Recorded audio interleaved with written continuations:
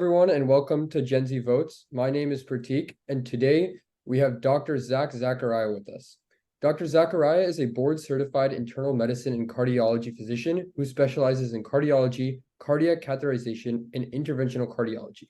He has performed more than 30,000 heart catheterizations and interventional procedures in Broward County, and he has also co-authored several scientific papers and participated in various clinical trials.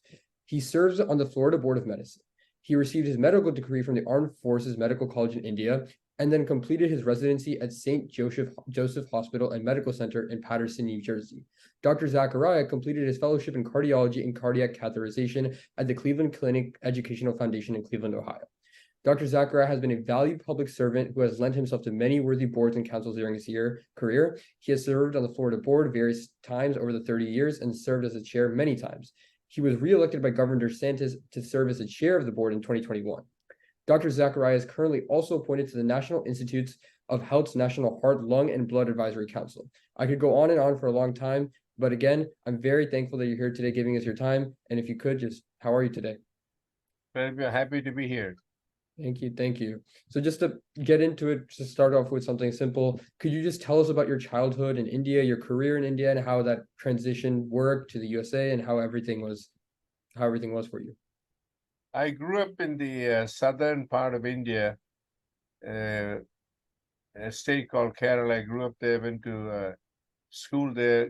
I finished my undergraduate degree, and then, of course, I went to the Armed Forces Medical College. It's a military academy. And I was deciding whether I'm going to stay with the military or go private. I decided to go private.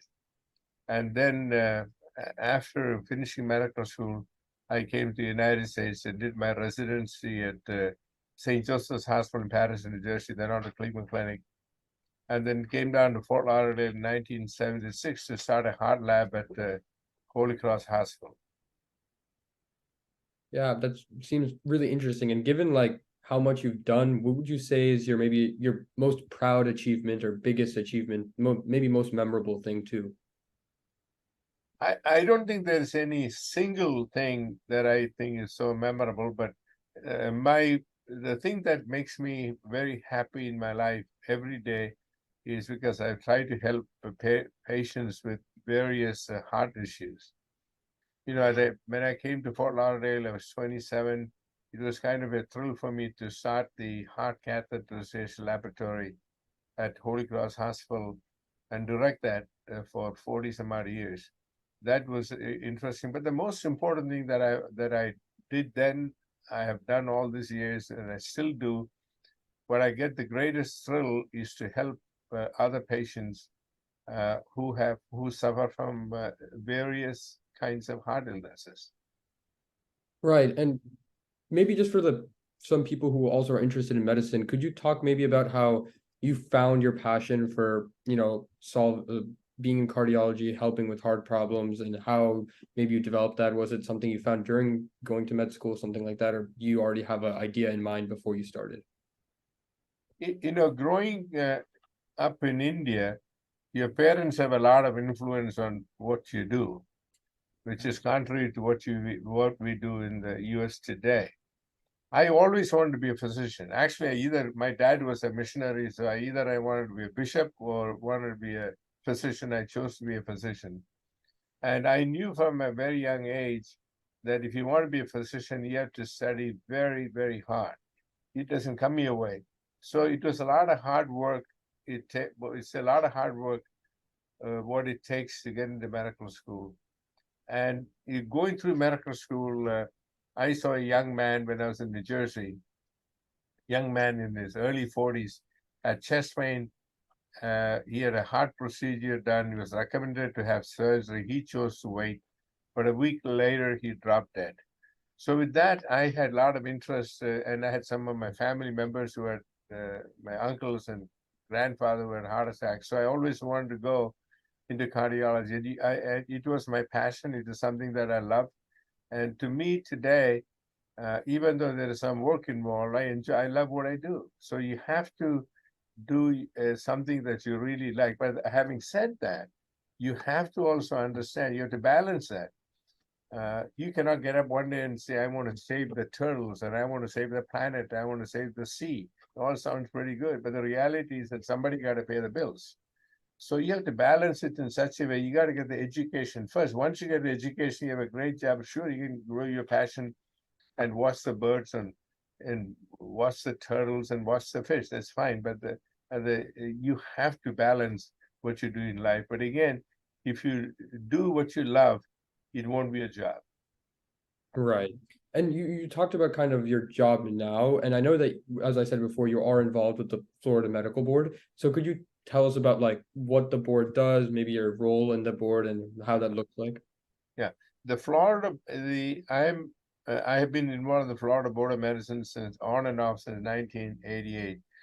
It's a board, it's a 15-member board appointed by the governor of the state of Florida, and every other state is appointed by the respective governors, and it is confirmed by the Senate of the respective state.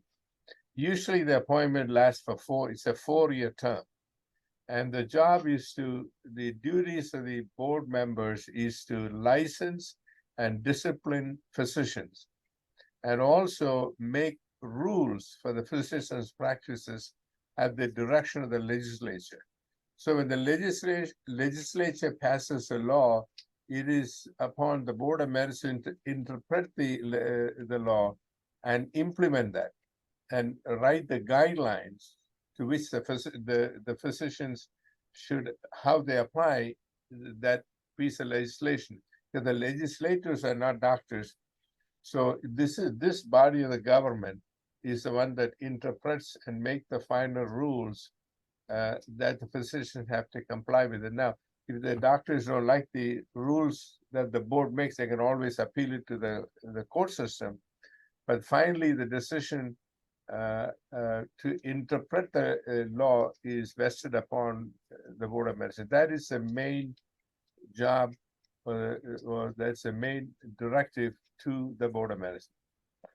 Right. And you talked about how legislature plays a important role in that, and how not everyone who's making the laws are necessarily physicians, right? So I imagine that you have had involvement politically also in your time in Florida, but also with being a physician. Could you talk about that maybe in like its relation, your involvement?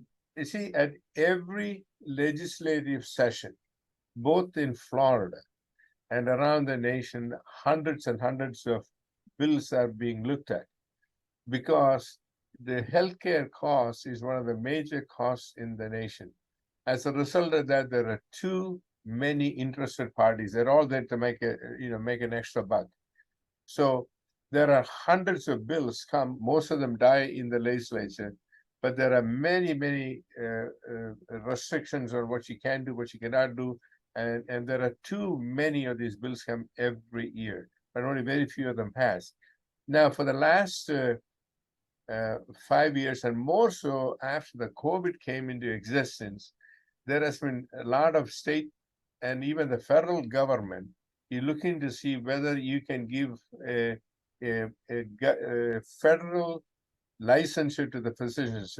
Today, the licensure to practice medicine is given by individual states because they are the sovereignty of the states. Each state decides whether they want to give you a license or not. Now, there has been some federal, both in the House and the Senate, they're looking at that. But that is contrary to the interests of the state legislature, because now the state legislature has a full power to decide whether they want to give somebody a license or not.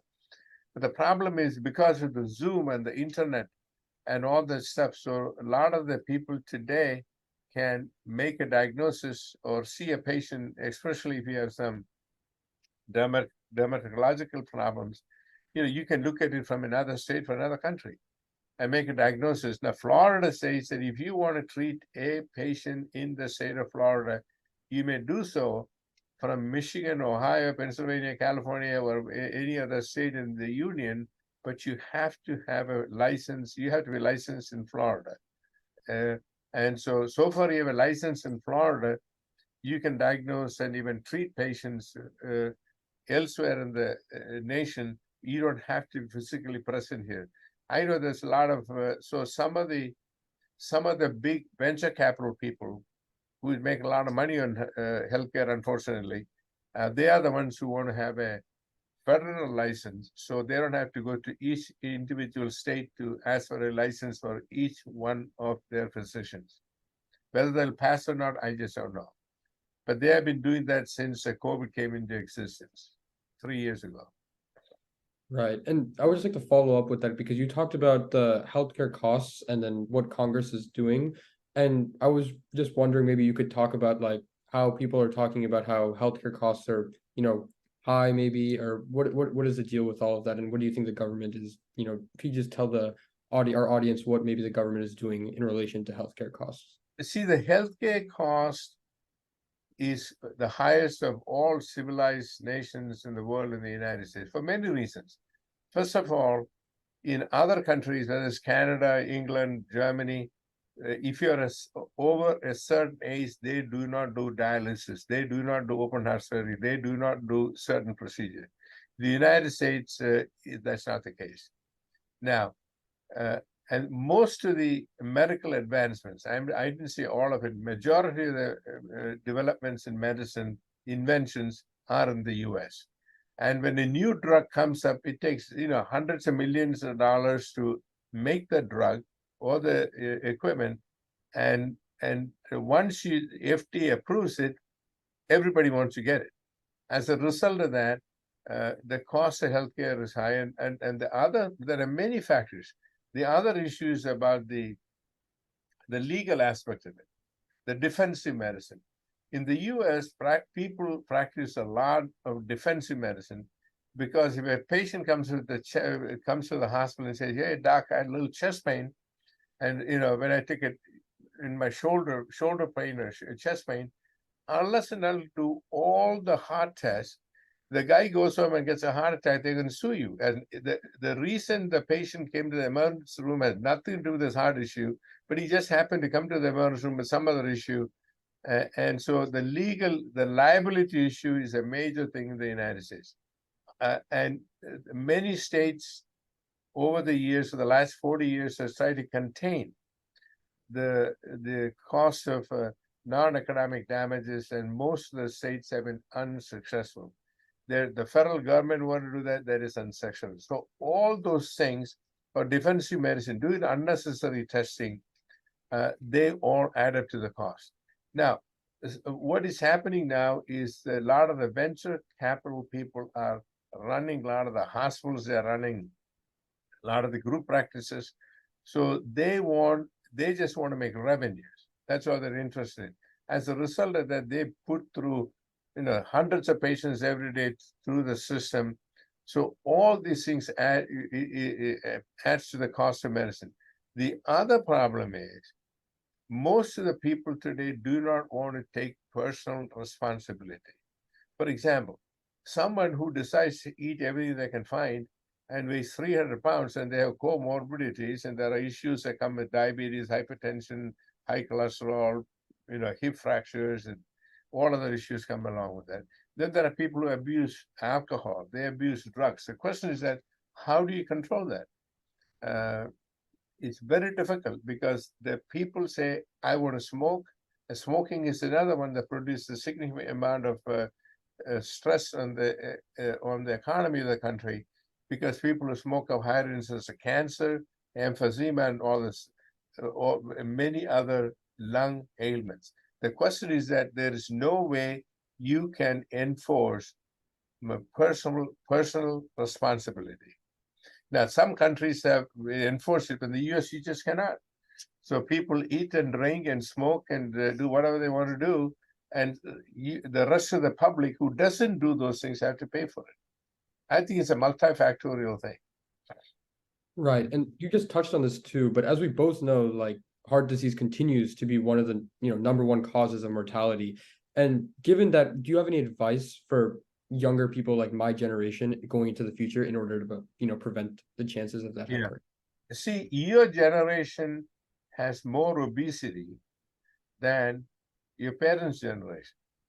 The reason being, people in their 40s, 50s, and 60s today, or 40s to 60s, when they were your age, they were out playing some kind of a sports every day. But today, they spend more time on a computer and not exercising.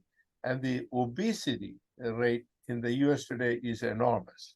The kids in middle school, lower school, middle school, high school, the obesity is significantly higher. So those eventually contributes to heart disease and both heart disease, diabetes, and heart attacks and strokes and such.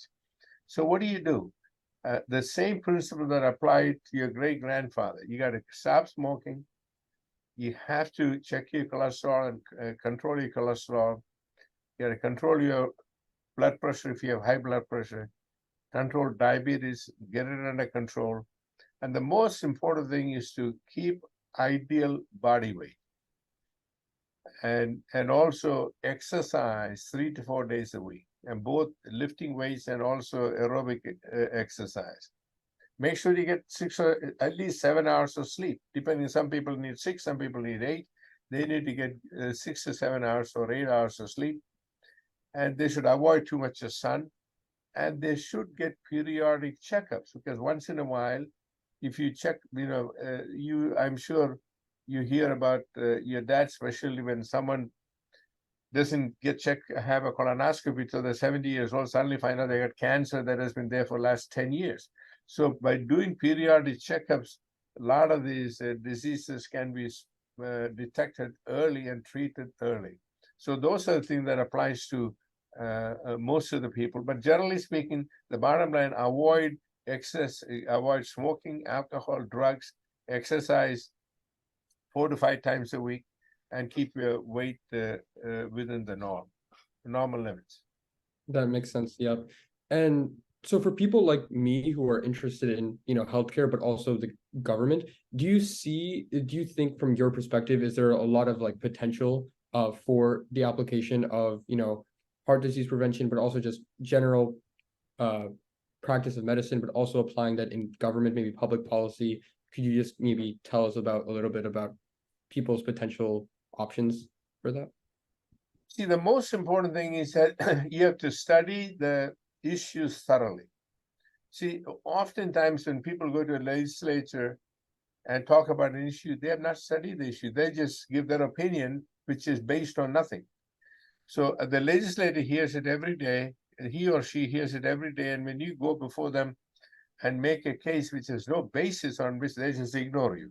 So I think the most important thing is to study the issue thoroughly, discuss with like-minded people, and discuss with people who have other opinions. Because once you talk to people with other opinions, you can reform your opinion. It doesn't mean you change your opinion. So you have to see the other side of it. Then you have to build some kind of a consensus of what you think is pragmatic. And then you have to approach the legislators and convince them and give them solid reasons as to why something has to be changed. But the most important thing is to have a thorough knowledge of the issues, the pros and cons. You got to tell him him or her, the pros and cons of making this law. And once a legislature finds out that you know the subject matter and you have thoroughly vetted the subject matter, you cite both sides of the equation, I think they give a lot of importance to your request. For sure. The bottom line, be prepared. Right. And so I know you're really busy. I just want to end this with one thing simple. It doesn't have to be about medicine, doesn't have to be about government, anything. For advice for the younger generation, what would you say if you had to say something to anyone who wants to, aspiring to do anything great in life? Anything, it could be unrelated to, medicine, but just in life. I think the most important thing, you have to work hard. You have to stay focused, and you cannot cut corners. And it's hard work and a lot of sweat is what makes you successful in your life. You may have a great passion, but make sure you are in a state where you can pay your bills. Because if you can't pay your bills, your passion don't mean a thing. You can put things on your Facebook or Instagram, but that is not reality. That is just everybody in Facebook is so happy, but they don't tell you how miserable they are at home. But the most important thing is that you have to work hard. You got to study hard in school. You have to work hard in school, and you do the right thing in life. If the people have done it for thousands of years, and the same applies today.